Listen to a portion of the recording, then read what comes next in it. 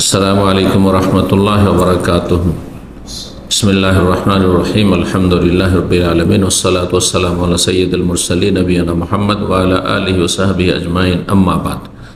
সম্মানিত শ্রোতা দর্শক মণ্ডলী, আল্লাহ রাব্বুল আলামিনের প্রশংসা এবং প্রিয় নবী সাল্লাল্লাহু আলাইহি সাল্লামের উপর সালাতু ওয়া সালামের পর বেশ কিছু বিরতির পরে আজকে আমরা 10টি প্রশ্ন সামনে নিয়ে এসেছি, বিভিন্ন জায়গা থেকে আসা। সেগুলির উত্তর দেব ইনশাআল্লাহ তাআলা। আজকে আমাদের ধারাবাহিক প্রশ্ন উত্তরের পর্ব নম্বর 98। প্রথম প্রশ্নে প্রশ্নকারী বলছেন, আসসালামু আলাইকুম শাইখ। ওয়ালাইকুম আসসালাম রাহমাতুল্লাহ। মসজিদে বিয়ে হওয়াটা কি সুন্নাহ? বর্তমানে মসজিদে বিয়ের অনুষ্ঠান করা হয় এবং সেখানে নারী পুরুষ একত্রে মসজিদের ভিতরে বিয়ে অনুষ্ঠানে অংশগ্রহণ করেন এবং সেখানে নারীরা সঠিক হিজাব পর্দা মেনটেন করেন না এবং বিয়েতে কনের তো কোনো হিজাব পর্দা নাই, আর বিয়ের পর বর কনে একদম বিধর্মীদের মতো আচরণ করছে, অর্থাৎ খ্রিস্টানরা বিয়ের পর যা করে ঠিক একই ধরনের কাজগুলি বর কনে মসজিদে অবস্থান করেই করছে। তারা বলছে মসজিদে বিয়ে করা সুন্নাহ। এ ব্যাপারে যদি একটু কিছু বলতেন। এখানে প্রথম বিষয় যে মসজিদে বিয়ে হওয়াটা কি সুন্নাহ না সুন্নাত নয়। বিয়ে যে কোনো জায়গায় হতে পারে। মসজিদে নবী সাল্লাল্লাহু আলাইহি ওয়াসাল্লাম বা সাহাবায়ে কেরামগণ উদ্দেশ্য করে যে চলো মসজিদে যাই বা নিয়ে আসো মসজিদে বিয়ে পড়াই, এমন কখনো করেননি। সুতরাং মসজিদে বিয়ে করা বা বিয়ে পড়ানো, বিয়ের মজলিস বসানো, এটি সুন্নত নয়। খুব বেশি যে জায়েজ। বিয়ে যেমন একটি গুরুত্বপূর্ণ ইবাদত, তাতে মহৎ উদ্দেশ্য রয়েছে, তেমনি বিয়ে একটি হচ্ছে মামলা, আদান প্রদান, বন্ধন। যেমন ব্যবসা বাণিজ্যের বন্ধনকে বলা হয় আকদুল বাই, ব্যবসা বাণিজ্যের কেনা বেচার আদান প্রদান। ঠিক তেমনি বিয়েও আদান প্রদান। এদিক থেকে ব্যবসার সাথে খানিকটা ওর সদৃশ্যতা আছে। আর ব্যবসা বাণিজ্য তো মসজিদে জায়েজ নয়, কিন্তু তারপরেও উলামায়ে কেরামগণ বলেছেন যে এটি যেহেতু পুরোপুরি ব্যবসার মতো বেশ কিছু দিক থেকে নয়, সুতরাং বিয়ে মসজিদে পড়ানো জায়েজ। আবার বলছি সুন্নাত নয়। তারপরে প্রশ্নে আরও বেশ কিছু দিক উল্লেখ করেছেন। বর্তমানে মসজিদে বিয়ের অনুষ্ঠান করা হয় এবং সেখানে নারী পুরুষ একত্রে মসজিদের ভিতরে বিয়ে অনুষ্ঠানে অংশগ্রহণ করেন। একসাথে যদি অংশগ্রহণ করে মিক্সিং, তাহলে এটি হারাম, জায়েজ না। এটি আরেকটি হারাম কাজ। এবং সেখানে নারীরা সঠিক হিজাব পর্দা মেনটেন করেন না, আরেকটি নাজায়েজ কাজ এটি। এই বিয়েতে কনের তো কোনো হিজাব পর্দা নেই, হারাম কাজ। আর বিয়ের পরে বর কনে একদম বিধর্মীদের মতো আচরণ করছে, অর্থাৎ খ্রিস্টানদের বিয়ের পর যা করে ঠিক একই ধরনের কাজগুলি বর কনে মসজিদ অবস্থান করে করছে, আর একটি হারাম কাজ। অনেকগুলি হারাম কাজ। তারা বলছে মসজিদে বিয়ে করা সুন্নাহ, মোটেই সুন্নাত নাই। জি, বিয়ে যে কোনো জায়গায় হইতে পারে, যেখানে কথাবার্তা হলো রাস্তাঘাটে সে হয়ে যেতে পারে। নবী সাল্লাল্লাহু আলাইহি ওয়াসাল্লামের বিয়ে মাইমুনা রাদিয়াল্লাহু তাআলা আনহার সাথে সফরে মক্কার কাছাকাছি সারিফ নামক স্থানে হয়েছে। আর নবী সাল্লাল্লাহু আলাইহি ওয়াসাল্লাম সফিয়া রাদিয়াল্লাহু তাআলা আনহাকে বিয়ে করেছেন, আর তারপরে আপনার বাসর করেছেন। সেটিও রাস্তায়, খাইবার থেকে মদিনার পথে, যে কোনো জায়গায় হতে পারে। রাস্তাঘাটে, পথে, বাসে, ট্রেনে, প্লেনে, বাড়িতে, বাইরে, যে কোনো জায়গায় হতে পারে বিয়ে। জি, এক কথা আবার বলছি, বিয়ে মসজিদে পড়ানো সুন্নত নয়, এর কোনো দলিল নেই। 2 নম্বর প্রশ্ন বলছেন, আসসালামু আলাইকুম শাইখ। ওয়ালাইকুম আসসালাম রাহমাতুল্লাহ। আহলে বাইত কাদের বলা হয়? আহলে বাইত বলা হয় নবী সাল্লাল্লাহু আলাইহি ওয়াসাল্লামের বংশধর, যারা ঈমানের অবস্থায় দুনিয়া থেকে বিদায় নিয়েছে, ইসলাম গ্রহণ করেছেন এবং ঈমানের অবস্থায় গেছেন। নবী সাল্লাল্লাহু আলাইহি ওয়াসাল্লামের বংশ। নবী সাল্লাল্লাহু আলাইহি ওয়াসাল্লামের বংশ তো বিশাল বংশ, কোরাইশের মধ্যে বিশেষ করে বানু হাশেম আর বানু মুত্তালিব। জি, আব্দুল মুনাফের 4 ছেলের দুই ছেলের বংশধর, তারা অধিকাংশ ইসলাম গ্রহণ করেছিলেন, তাদেরকে সামিল করা হয়েছে আহলে বাইতে। আর আহলে বাইতে রাসূলুল্লাহ সাল্লাল্লাহু আলাইহি ওয়াসাল্লামের সহধর্মিনী উম্মাহাতুল মুমিনিন, মুমিনদের যারা জননী, তারা অবশ্যই সামিল হবে। আহলে বাইত মানে নবী পরিবার। তো নবী পরিবার, একটা পরিবার যখন বলা হয় তো প্রথম স্ত্রীর নাম আসে, তারপরে ছেলে মেয়েদের নাম আসে। হ্যাঁ, আর ছেলে মেয়েদের নাম আসতে পারে, হ্যাঁ, যারা আপনার পরিবারের সদস্য। এই জন্য প্রশ্ন করেছেন উম্মুল মুমিনেরাও কি আহলে বাইত? জি, তারাও আহলে বাইত। জি। ইন্নামা ইউরিদুল্লাহ আন ইউযহিবা আনকুম রিজসা আহলাল বাইত ওয়া ইউতাহহিরাকুম তাতহীরা। সূরা আহজাবে আল্লাহ রাব্বুল আলামিন আহলাল বাইত বলেছেন নবী পরিবারকে, নবী সাল্লাল্লাহু আলাইহি ওয়াসাল্লামের সহধর্মিনী উম্মাহাতুল মুমিনিনদেরকে। আহলে বাইতদের ভালোবাসা কি ফরজ? জি, প্রত্যেক মুমিন মুসলিমকে ভালোবাসা ফরজ। আর বিশেষভাবে যত বেশি নবী সাল্লাল্লাহু আলাইহি ওয়াসাল্লামের কাছাকাছি হবে দ্বীনের দিক থেকে, তাকওয়ার দিক থেকে, আর নবী সাল্লাল্লাহু আলাইহি ওয়াসাল্লামের বংশের সাথে সম্পর্কের দিক থেকে তত বেশি ভালোবাসা বা ঈমানের অবস্থায় যদি নবী সাল্লাল্লাহু আলাইহি ওয়াসাল্লামের বংশের হয়, নবী সাল্লাল্লাহু আলাইহি ওয়াসাল্লামের পরিবারের সদস্য হয়, তাদের ভালোবাসা আরও বেশি, অনেক অনেক বেশি গুরুত্ব রাখে।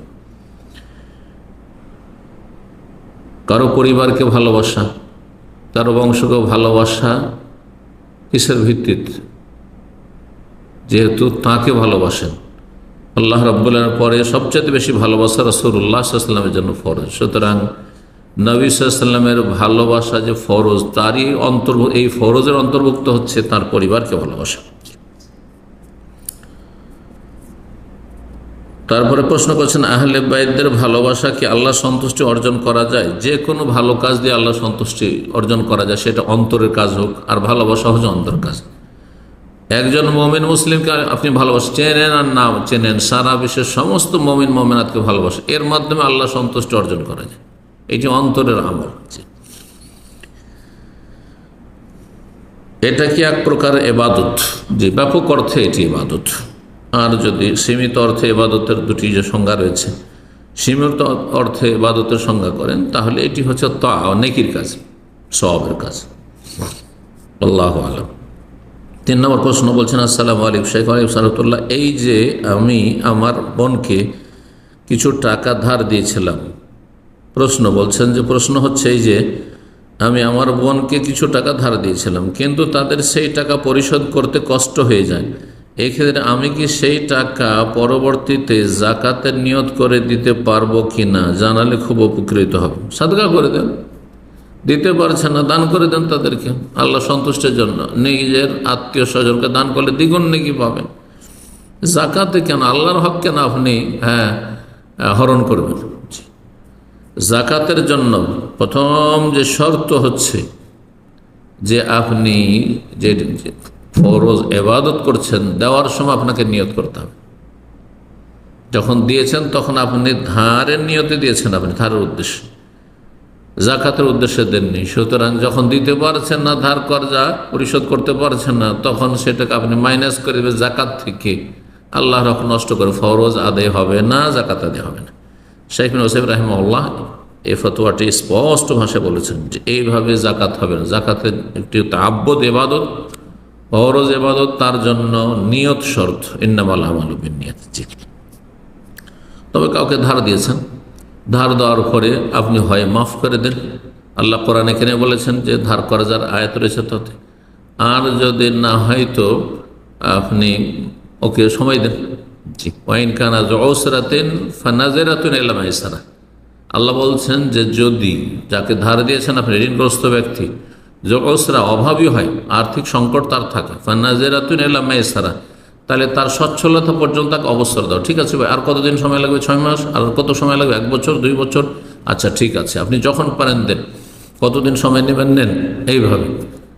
ওয়ান তাসাদ্দাকু খায়রুল লাকুম, আর যদি সাদকা করে দাও তো সেটা তোমাদের জন্য আরও ভালো।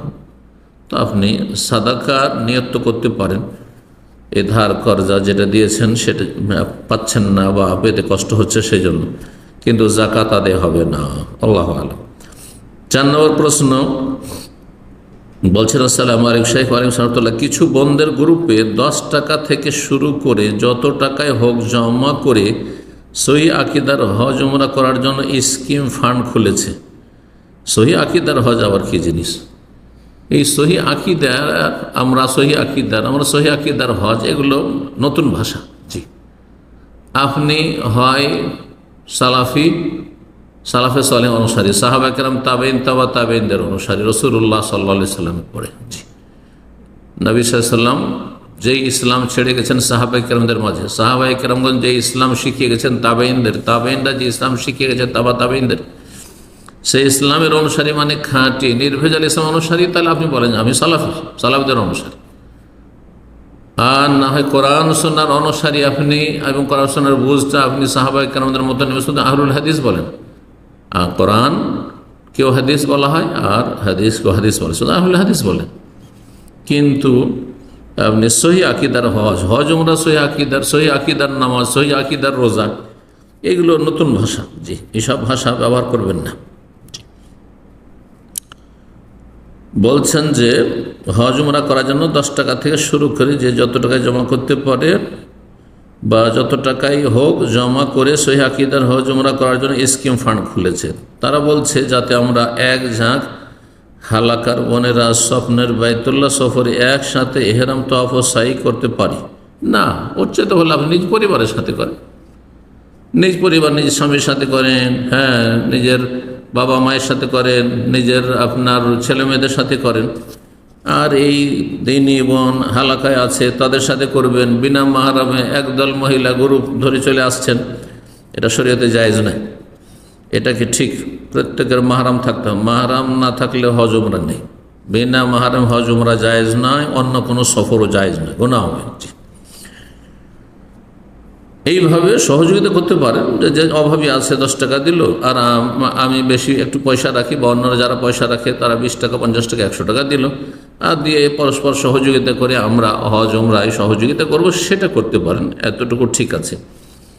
কিন্তু আপনারা এক ঝাঁক হালাকার বোনেরা বাইতুল্লাহর সফরে যাচ্ছেন, এসব করবেন না, বরং নিজ পরিবারের সাথে বাইতুল্লাহ যাওয়ার চেষ্টা করবেন, অথবা যারা দিনী সার্কেলে দিনদার মানুষ তাদের সাথে যাবেন। কিন্তু যেমনটা বললাম, মহিলাদের জন্য মাহারাম শর্ত রয়েছে।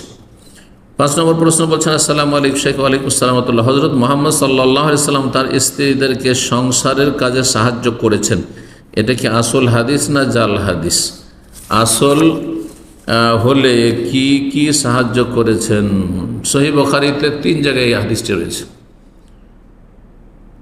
রাসূলুল্লাহ সাল্লাল্লাহু আলাইহি ওয়াসাল্লাম সম্পর্কে মা আয়েশা রাদিয়াল্লাহু তাআলা আনহাকে জিজ্ঞেস করছেন, তার একজন ছাত্র পর্দার আড়ালতে পড়তেন আসওয়াদ, যে রাসূলুল্লাহ মা কানা ইয়ামালু রাসূলুল্লাহ সাল্লাল্লাহু আলাইহি ওয়াসাল্লাম ফি বাইতিহি, যখন বাড়িতে থাকতেন রাসূল কি করতেন? তখন মা আয়েশা বললেন যে কানা ইয়াকুনু ফি মেহনাতি আহলিহি, নিজ পরিবারের সেবায় খেদমতে নিয়োজিত থাকতেন, মানে সংসারের কাজে থাকতেন। সংসারের কাজ, সে সংসারের কাজ ঘরের ভিতরের কাজ, সেটা স্ত্রীর সাথে রান্নাঘরে কিচেনে কাজ হোক, অথবা ছেলে মেয়েদের পরিচর্যা হোক, অথবা আর যেসব কাজ সংসারে রয়েছে সেগুলি হোক। আর যখন ফাইজা আজানার মুয়াজ্জিন যখন আজান দিত, খারাজা ইলা সালাত, তাড়াতাড়ি সালাতের জন্য বেরিয়ে যেতেন। দুনিয়ার কাজ তাকে সালাত থেকে গাফিল করতে পারতো না। এ হচ্ছে হাদিস। নবী সাল্লাল্লাহু আলাইহি ওয়াসাল্লাম কি করতেন? কিছু হাদিসে রয়েছে বাড়িতে বকরি ছাগলে দুধ দহনও করতেন। জি, নবী সাল্লাল্লাহু আলাইহি ওয়াসাল্লাম জুতা স্যান্ডেল ছিঁড়ে গেলে সেলাই করতেন। আর নবী সাল্লাল্লাহু আলাইহি ওয়াসাল্লাম কাপড় ছিঁড়ে গেলে কাপড় জোড়া তালিয়ে দিতেন, এসব করতেন। জি, পরিবারের ওকন তোলার পরিধানে ওকন তুলে দিতেন, এসব কথা। জি, আপনার জন্য নবী সাল্লাল্লাহু আলাইহি ওয়াসাল্লাম যে কাজগুলি করতে ওইগুলি করতে হবে এমন জরুরি নয়। আপনার পরিবারে যে কাজগুলি প্রয়োজন রয়েছে, অনেকের ছেলে মেয়ে ঘন ঘন রয়েছে, সুতরাং স্ত্রীর সাথে সহযোগিতা, ছেলে মেয়েদের পরিচর্যা, পরিষ্কার পরিচ্ছন্ন করা, বাথরুম করানো ইত্যাদি, ঘুম দেওয়া, এগুলো কাজে সহযোগিতার প্রয়োজন হতে পারে।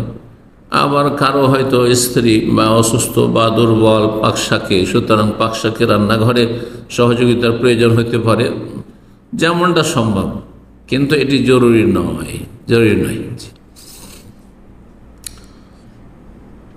6 নম্বর প্রশ্ন বলছে, আসসালামু আলাইকুম সালাতুল্লাহ, বিয়ে করার জন্য পরিবারের সবাই মিলে কি আল্লাহর ইবাদত করা যাবে? নাউযুবিল্লাহ মিন যালিক। আল্লাহর ইবাদত করবেন জান্নাত পাওয়ার জন্য, আল্লাহর ইবাদত করবেন ইখলাসের সাথে, আল্লাহর সন্তুষ্টি রেজামন্দি হাসিলের জন্য, আল্লাহর ইবাদতবন্দি করে জাহান্নামের আযাব থেকে বাঁচার জন্য। ইয়াদউনা রাগাবান ওয়া রাহবা, আল্লাহর নিয়ামতে আগ্রহী হয়ে। আর আল্লাহর সবচেয়ে বড় নিয়ামত হচ্ছে জান্নাত, আখিরাতের জন্য করবেন। এক কথা আমল করবেন আখিরাতের জন্য। দুনিয়ার কোনো গরজের জন্য যদি আমল করেন তাহলে আখিরাতে কিছুই পাবেন না।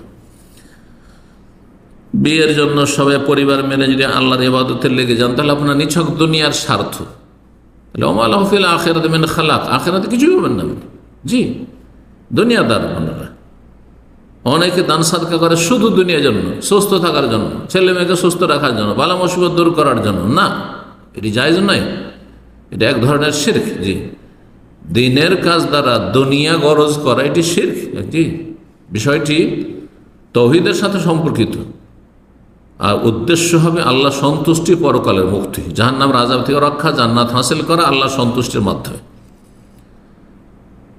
আল্লাহর রহমত হাসিলের উদ্দেশ্য থাকতে হবে। আর তার মধ্যে দুনিয়া থেকেও আল্লাহ মুমিন বান্দা বান্দিকে বঞ্চিত রাখবেন না। সুতরাং আল্লাহর কাছে তার সাথে দোয়া করবেন যে আল্লাহ দুনিয়ার যেসব প্রয়োজন রয়েছে তাও আমাদেরকে দান করো। কিন্তু শুধু উদ্দেশ্য হবে যে বিয়ে যাতে করে ভালো ঘরে হয়, ভালো পরিবারে হয়, বা বিয়ের জন্য একটা পাত্র পাত্রী যেন ভালো মিলে যায়, সেই জন্য আল্লাহর ইবাদত করবেন, এটা শিরকি কাজ। জি, তারপর এটি বিদআত।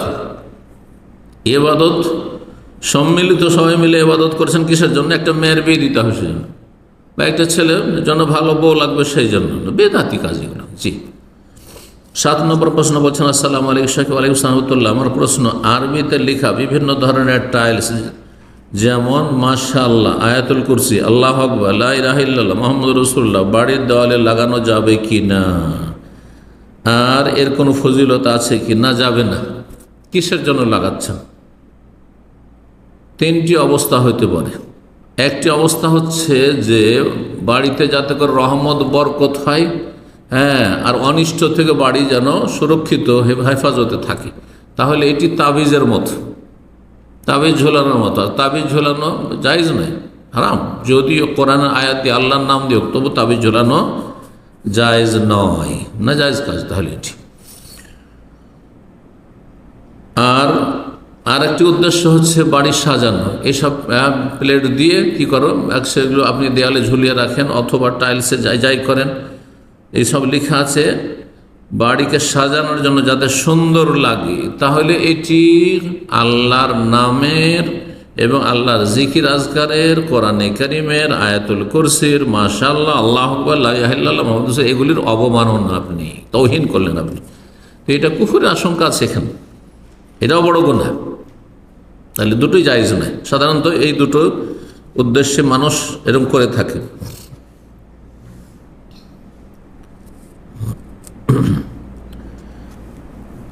তৃতীয় উদ্দেশ্য হচ্ছে যে মনে রাখার জন্য বা মুখস্থ করার জন্য। যদি কারো মুখস্থ না থাকে, বাচ্চাদের মুখস্থ করানোর জন্য হয়, স্মরণ করার জন্য, যাতে স্মরণ হয় যে আয়াতুল কুরসিটা পড়তে হবে, তাহলে ওলামারা জায়েজ বলে। কিন্তু সাধারণত এরকম উদ্দেশ্য থাকে না, প্রথম দুটি উদ্দেশ্য থাকে, সুতরাং এইরকম কাজ করা জায়েজ নয়। 8 নম্বর প্রশ্ন বলছেন, আসসালামু আলাইকুম সালাম, আমার বয়স 22, আমার এক ছেলে এক মেয়ে। আমার স্বামীর আগে একটি বিয়ে হয়েছিল, ওনার একটি মেয়ে আছে 10 বছর। আমার স্বামী বিদেশ থাকে, আমি বাসায় থাকি। আমার 4 ভাই, উনি আমাকে আমার বাবার বাসায় যেতে দিলেন না ঈদে। বাচ্চাদের বন্ধ ছিল মাদ্রাসা, না যেতে দেওয়ার কারণ হলো আমার ভাইয়ের সামনে আমার সৎ মেয়ে যদি যায় তাহলে তার গুনাহ হবে, সামনে যেতেই হবে। আপনি মেয়েকে বিষয়টি শিখিয়ে দেবেন যদি সাবালিকা হয়ে থাকে। 10 বছর অনেক সময় সাবালিকা নাও হইতে পারে। 10 বছর মানে মেয়ে সাবালিকা আছে জরুরি নয়। যদি মাসিক এসে গিয়ে থাকে তাহলে সাবালিকা নয় 10 বছরে, আর না হলে সাধারণত 12 বছর 13 বছরে যদি মাসিক হয় তাহলে সাবালিকা হয়নি এখনো, তাহলে অসুবিধা নেই। তার জন্য মাহরাম নন মাহরামের পার্থক্য করার কোনো প্রয়োজন নেই তাহলে এখন 10 বছরে। জি, কিন্তু যদি সাবালিকা হয়ে গিয়ে থাকি, ঘরের ভিতরে থাকবে, যখন মামা থাকবে বাইরে যাবে না, তার সামনে যাবে না, আর গেলে হেজাব পড়ে যাবে, হিজাব পরে যাবে। কিন্তু আপনার বাবার বাড়ি যেতে তাকে নিয়ে তো আর বাধা নেই। আমি একা বাসায় বাচ্চাদের নিয়ে ঈদ করলাম, আমি 3 মাস ধরে বাবার বাড়ি যাই না, উনি কি আমার সাথে জুলুম করেছে? ওনার ব্যবহার খুব খারাপ, আমি ধৈর্য ধরে আছি, প্লিজ রিপ্লাই দেবেন। দেখেন, স্বামীর আনুগত্য করা ফরজ। স্বামী যদি বাড়িতে থাকতে বলে তাহলে বাড়িতে থাকতে হবে। ঈদে আপনার বাবার বাড়ি যেতে হবে, ঈদে ভাইদের বাড়ি যেতে হবে, জরুরি নয়, ঠিক আছে, এটি না, তারা দেখে যাবে, আপনাকে দেখা সাক্ষাৎ করে যাবে। তাদেরকে আসতে যদি বাধা দেয়, আপনাকেও যেতে দিচ্ছে না, তাদেরকে আপনার বাড়ি আসতে দিচ্ছে না, দেখা সাক্ষাৎ করতে দিচ্ছে না, তাহলে হারাম কাজ করবে, তাহলে সম্পর্ক ছিন্ন কাজ করে, তখন কাবিরা গুনাহ হবে। আর এমনিতে তিনি যদি বলেন যে না বাড়িতেই থাকো, যাবে না, তাহলে এটা জুলম নাই। তবে মানুষকে নম্র হইতে হবে, আপনাকেও যেমন নম্র হইতে হবে, তাকেও নম্র হইতে হবে। আর সেখানে গিয়ে যদি কোনো ফিতনার আশঙ্কা না থাকে, গুনহার আশঙ্কা না থাকে, নাজায়েজ কাজে লিপ্ত হওয়ার কোনো আশঙ্কা না থাকে, তাহলে বাবা মায়ের বাড়ি যেতে স্ত্রীকে বাধা দেওয়াটা উচিত নয়। আল্লাহ সকলকে হেদায়েত দান করুন। 9 নম্বর প্রশ্ন বলছেন, আসসালামু আলাইকুম শাইখ ওয়ালাইকুম সালাতুল্লাহ, 10 বছর আগে বাসা করার জন্য আমার নামে একটি জমি কেনা হয়েছে। জমি কেনার কিছু টাকা আমার আব্বা দিয়েছেন, কিছু আমার নামে ও আমার স্বামীর নামে সুদি ব্যাংক হতে লোন নেওয়া। আল্লাহ হেদায়েত দান করুন। আমার প্রশ্ন হলো, কি করলে আমি এখন এই জমির জন্য গুনাহ থেকে পরিত্রাণ পাব? যত টাকার সুদ নিয়েছেন, এই যে হারাম সুদ নিয়েছেন, সুদ, আপনি সুদের ওপর লোন নিয়েছেন, তো উল্টা সুদ দিয়েছেন, কাবিরা গুনাহ করেছেন।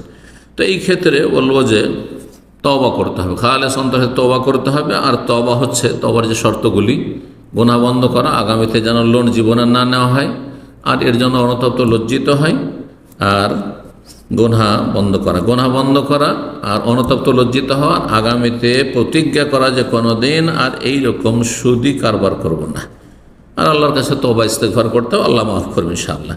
আর কারো কাছ থেকে সুদের টাকা যদি নিয়ে থাকেন, তাহলে তাকে যদি চেনেন যে এত টাকা আমি সুদের নিয়েছি, তাহলে তার থেকে মুক্তি লাভের উপায় হচ্ছে, তওবার উপায় হচ্ছে সেই টাকা তাকে ফেরত করে দেবেন, ফিরিয়ে দেবেন, যেখানে জানছেন যে কার কাছ থেকে কত টাকা সুদ নিয়েছেন। আর যদি তা চেনা না যায়, তাহলে মুক্ত হওয়ার জন্য দান সাদকা করে দেবেন। এক কথায় সুদের টাকা হারাম, সুতরাং সেটা নিজের কাজে লাগানো হচ্ছে হারাম, কাবিরা গুনাহ। 10 নম্বর সর্বশেষ প্রশ্ন বলছেন, আসসালামু আলাইকুম শাইখ ওয়ালাইকুম সালাতুল্লাহ, আমি একজন হাফেজ, গত 2 বছর ধরে আমি একজন ওয়াসওয়াসার রোগী হয়ে গেছি। কেন হলেন? ওয়াসওয়াসা বাদ দেন, তাইলেই হয়ে গেল। ওয়াসওয়াসার পরোয়াই করবেন না, সব সময় আমার মনের ভিতরে ওয়াসওয়াসা আসে, এই কারণে আমি কোরআন ভুলে যাচ্ছি। বেশি বেশি পড়বে, যখন ওয়াসওয়াসা আসবে আরও বেশি বেশি কোরআন পড়বে। জি, শয়তানকে সুযোগ দেবেন না, ওয়াসওয়াসা শয়তানের পক্ষ থেকে। নামাজ এবং অন্য ইবাদতে কোনো তৃপ্তি পাই না, মনোযোগী হয়ে সালাত আদায় করার চেষ্টা করবেন। এখন আমি কি মুনাফিক হয়ে গেছি? না, মুনাফিক হননি, কারণ এটি আপনার অনেক সময় আয়ত্তের বাইরে অনিচ্ছাকৃত ওয়াসওয়াসা হয়ে যাচ্ছে। সুতরাং ওয়াসওয়াসাকে দূর করার জন্য আল্লাহর কাছে শয়তানের অনিষ্ট থেকে আশ্রয় কামনা করবেন, সকাল সন্ধ্যার জিকির আজকারগুলি করবেন, ঘুমের আগের জিকির আজকার করবেন, এবং যখন ওয়াসওয়াসার কোনো কিছুতে সন্দেহ হবে ভ্রুক্ষেপ করবেন না, পরোয়া করবেন না, আপন গতিতে ভালো কাজ করে যাবেন। এখন আমার করণীয় কি? করণীয় যেমনটা বললাম, আল্লাহ রাব্বুর কাছে দোয়া করবেন, তার শরণাপন্ন হবেন, তার কাছে শয়তানের অনিষ্ট থেকে আশ্রয় কামনা করবেন, ওয়াসওয়াসা থেকে আশ্রয় কামনা করবেন, এবং জিকির আজকার নিয়মিত করে যাবেন। আল্লাহ রাব্বুর কবুল করুন, তৌফিক দান করুন। বারাকাল্লাহু ফিকুম। সাল্লাল্লাহু ওয়া সাল্লাম আলা মুহাম্মদ ওয়া আলা আলিহি ওয়া সাহবিহি আজমাইন।